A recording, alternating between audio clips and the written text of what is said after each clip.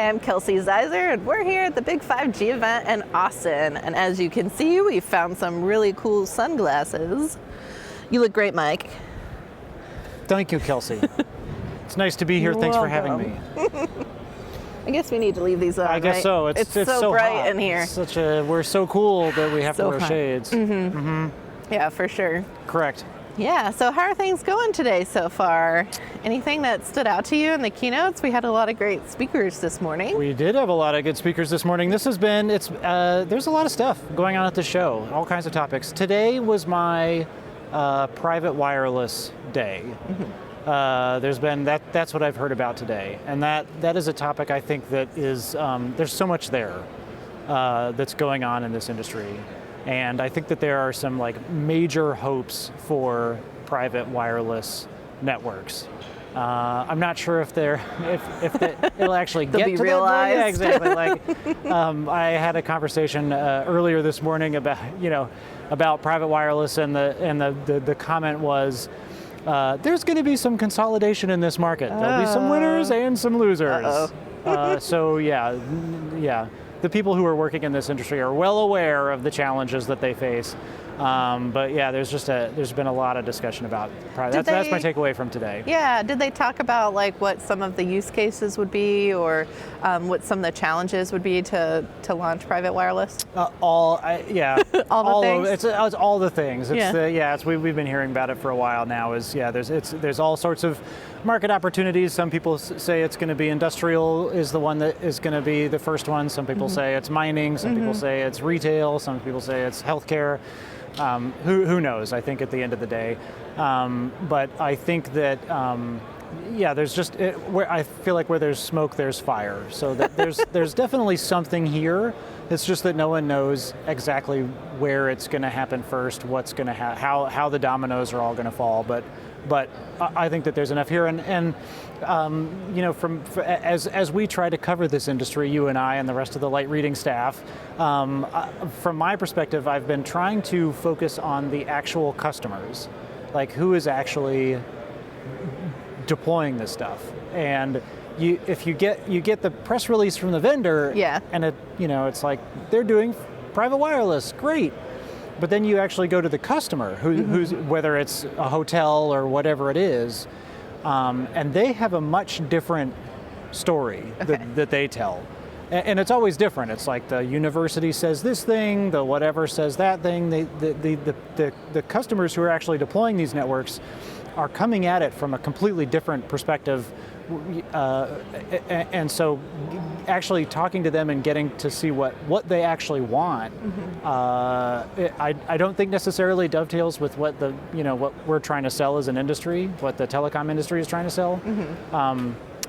But there is some intersection. So that's why I say I think that there's opportunity here. I'm not sure that everybody's working off the same page. Because Duke University was one that recently deployed a private so network, they right? licensed, or they're working on it? Yeah, they have a big deployment, a relatively big deployment. They're covering several hundred acres of their campus that apparently you have been to. You went to Duke? I went to UNC Chapel Hill, which is a big rival of Duke, the university, which must not be named, that we just named. Well, I see. Anyway. So you hate this deployment? You're not. Why didn't they choose UNC? We're so much better. So, from my understanding is that Duke deployment, it's a couple of cell sites, covers several hundred acres. They did sign a leasing agreement with Dish Network for the Dish CBRS spectrum. So they are officially using Dish's spectrum for that deployment on their campus, and they are building that network. And that really goes to the heart of Dish's strategy in this industry, or in this particular sector of private wireless, which is, we've got this spectrum, you get to use it, we'll help you build a network if you need it, and then you run this network for whatever uses you see fit. And the university is, they're connecting students, they've got some public safety applications, they're testing different things, and so I think that is a pretty interesting deployment. And okay, here's the other thing. Ready? Okay, This I'm is ready. Don't tell any of our competitors, but here's my current theory that I'm going to pursue, which is I think that Dish coming into this market is affecting some of the other companies that have a similar spectrum leasing business model, including Anterix, Legato, and potentially companies like AT&T and Verizon, because they are also trying to lease their spectrum to these private wireless. But here's Dish with a crazy amount of spectrum that they are also leasing, and so everybody's sort of waiting to see how this market develops, and now what is essentially an 800-pound gorilla has come into this industry like, hey, we've got all the spectrum, we're going to work with you, here's our network, it's ready to go.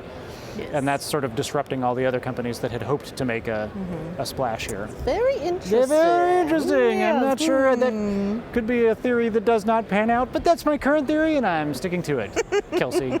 Okay. Yeah. We'll keep track of that one. Yeah, we'll see how it goes. Yeah. I also had a talk about private networks with Sampath, the Chief Revenue Officer for Verizon, this morning, and that was really interesting. And we talked about, mining and stadiums and different use cases, and also, security concerns that enterprises might have as well, that they'd like to address, and lots of opportunity there. Is he did he talk about specific deployments that they're doing, or was it sort of, did they keep it vague, intentionally vague? They did bring up the Southampton port in the UK, and which you had covered that previously. Yeah, Jennifer Artley last year with Verizon did a keynote on that, so check out the site for, or we can link in the link notes right to here, that one. Right here, link right here. Here, subscribe. Tell your friends. Yeah, we don't have the budget for those buttons. Oh, okay, I don't that's think. fine. But anyway, yeah. So that was a big example that they brought up last year as well, because Wi-Fi just wasn't cutting it for that port. And I told Sampath I appreciate them focusing on that, because there are some supply chain issues. I have a couple birthday presents that have yet to arrive. What? Yeah. Kelsey, it's your birthday. I know. You need to get your presents. Right. Yeah. Need a private network Fix dedicated it, to. Get those presents. Yeah, give me my birthday presents. Yeah, what the hell? So, on that note. I'm getting your birthday presents. Okay, thanks, Mike. Anything else that you wanted to point out that you've noticed at the event, or? No, just that it's really hot out. It's really hot out. It's hot. almost lunchtime, but there's no beer. Yeah. That's where I'm at right now. Yeah, just hold on. Not yet. A little bit longer. A little bit longer. Yep. At well, least thanks, Mike. Until 3 o'clock. Okay. It's Thanks, been Kelsey. real cool.